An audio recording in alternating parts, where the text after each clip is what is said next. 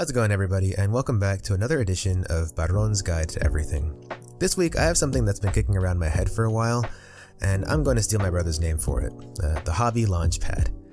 In short, I am the very model of a modern Major General, and with that oh so burdensome mantle comes a good amount of hobbies. Now, some of these activities have a much lower barrier of entry than others, but I've often found that when it comes to trying something new, people are always hesitant. The Hobby Launchpad videos are intended to demystify getting started. Everything from the general cost of materials to beginner-friendly projects will be covered, and ideally, you'll be able to follow along. Keep in mind, this is a launchpad. How far you go on your journey is entirely up to you, but I'll do my best to make sure it's a smooth start. Emphasis on start. I am by no means an expert on anything aside from sarcasm, and I don't foresee myself creating tutorials, especially for art. Technique can't be learned like tying your shoes or changing a flat tire. It's something you gotta figure out for yourself. Bunta Fujiwara. And if you don't know who that is, just know that I quote the truth where I find it, okay?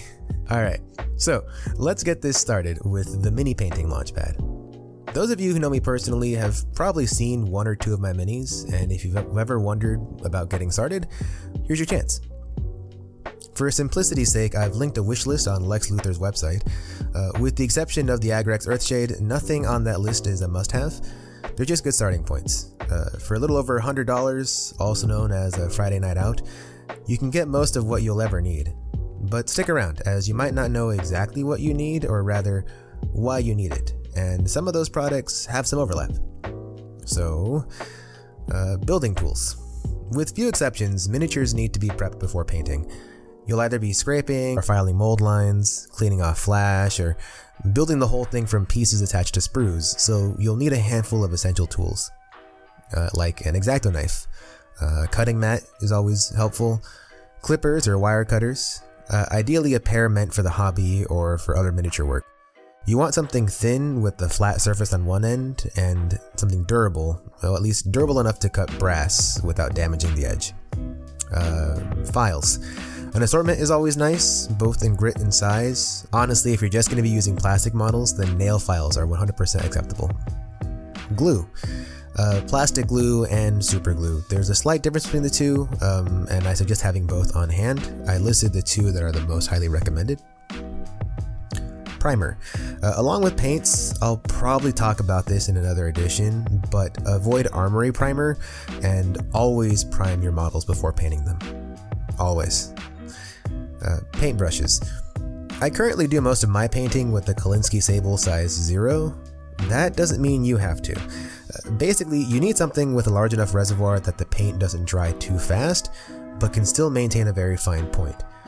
When starting out, you'll want a few different sizes of round brushes and at least one flat brush, as there are certain techniques only a flat brush is good for. As for material, there's no consensus on what material is best for a brush, but there is a consensus on the quality of the brush itself.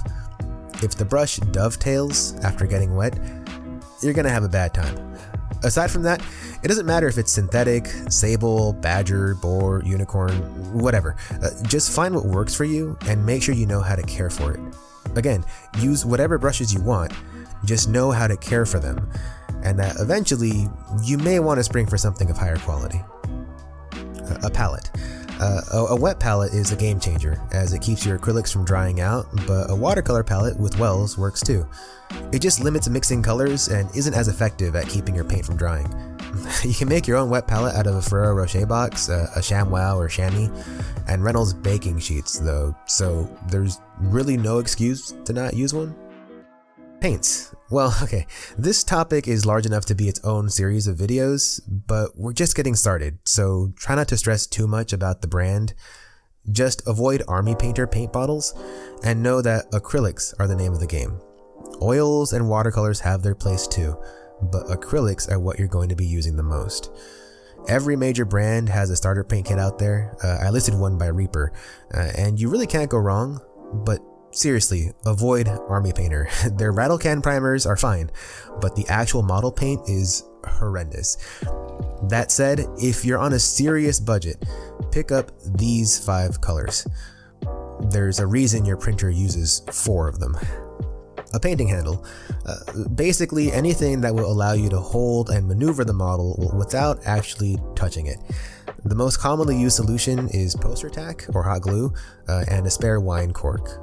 That said, you can find higher end and more reliable painting handles online. A jeweler's vise works as well. So does the hobby holder or the Citadel painting handle. They're all great. Okay, so that covers what you need. Here's some optional equipment that you might want to look into. A varnish. Most recommend a matte or gloss varnish to protect your paint job, but this isn't strictly necessary if you don't foresee constantly traveling with your piece. It depends on what you're going to use the models for. You can buy either type of varnish in a rattle can or in brush-on form. Just keep in mind that varnishes can affect the paint job in dramatic ways. Okay, now the glossier the varnish, the better it will protect your work, but the gloss effect takes away from most paint jobs, so most painters opt for matte varnishes, which don't always prevent the paint from being scraped off. If you really want to protect your work, but hate the wet look that gloss varnishes give, there's a simple solution. Use both, a gloss varnish and a matte varnish. I recommend 2 gloss coats followed by 2 matte coats to dull it all down. Avoid Krylon and Armory brand varnishes for this though. Krylon is intended to work on a large scale. On your miniatures, it is liable to gum up and ruin a paint job. It has happened to me. Armory varnish is liable to tint your models a light blue with no way of undoing the damage. You really do get what you pay for with those 2 brands. Another thing to look into would be an airbrush. I say learn the basics before picking up one of these, but if you want to be serious, this is a necessity.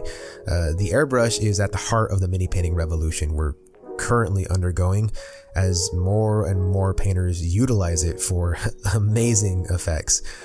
It does, however, require a bunch of other equipment to use, a compressor, a mask, a hood, mixing cups, wash bottles, Q-tips, flow improver, isopropyl alcohol, a stand, reservoir, you get the idea. Milliput, or epoxy putty is another name for it. This is great for filling gaps and making your own custom pieces. It's tricky to work with, but worth the time invested in becoming proficient with it. You'll need sculpting tools if you're going to be working with Milliput or epoxy putty. Plastic card is another option. The application of that is virtually limitless if you have the patience. I had a friend who made a stack of books for his librarian miniature once. Really crazy stuff. Model effects. So every line of paint also has model effects nowadays. Water, grime, snow, you name it. There are tons of products dedicated to making the environment around your miniature look real. Finally, weathering pigments. These are excellent for making materials look worn or dirty, but can also be used to block in colors and potentially even make painting faster. There's just a bit of a learning curve with them. Okay, so that covers the materials. The rest of this video will just be a time lapse of me painting a model, and I think the next edition will be me walking you through the steps. Oh, and if you want to follow along, see if you can get your hands on this model by next Saturday, which will ideally be when I post the process. Cool. Enjoy the rest of the video.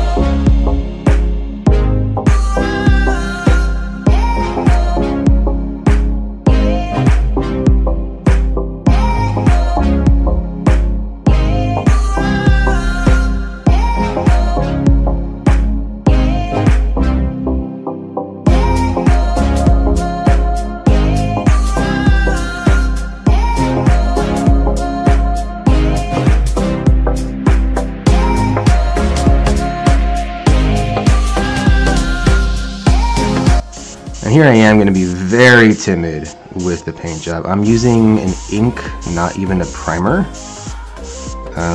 So if I'm not careful, I will end up with pools and splotchy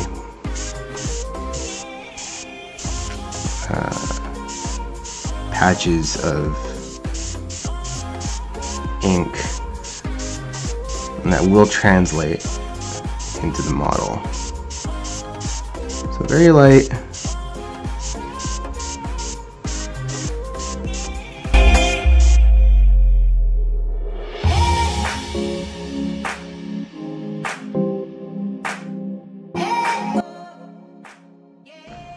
Alright, and so that is an example of zenithal priming.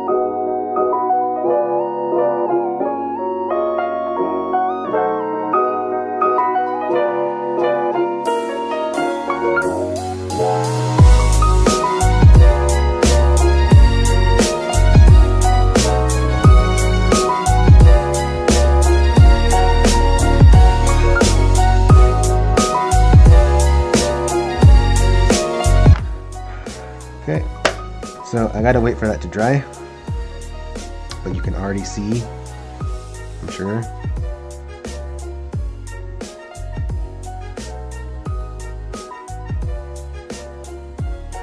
the effect that had on the hair. Once it dries, I'm gonna go back in and re-highlight. Remember, you paint, highlight, shade, re-highlight.